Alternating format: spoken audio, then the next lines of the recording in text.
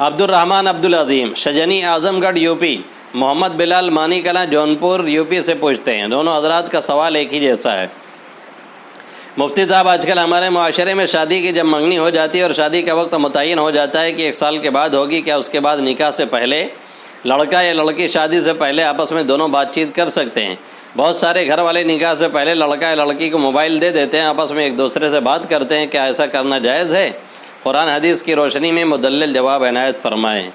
ابھی وہ آپ کی منگیتر ہے، آپ کی وہ شریک حیات نہیں ہوئی، اس لیے بات کرنا درست نہیں ہے۔ وہ اجنبیہ ہیں آپ کے لیے، اجنبیہ جیسے بات کرنا ویسے ہی یہاں پر ہے۔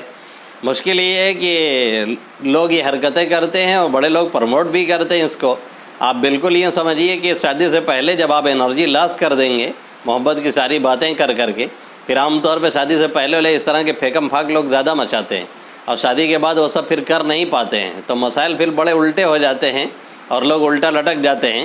جیسے ایک صاحب تھے 6 مہینے تک پیچھا کیے ہوئے تھے کہ فلانی جگہ دعا کر دیجئے شادی ہو جائے، شادی ہو جائے، اور جب شادی ہو گئی تو پھر 6 مہینے تک پیچھا کیے ہوئے تھے دعا کر دیجئے کسی طرح چھٹکارا مل جائے۔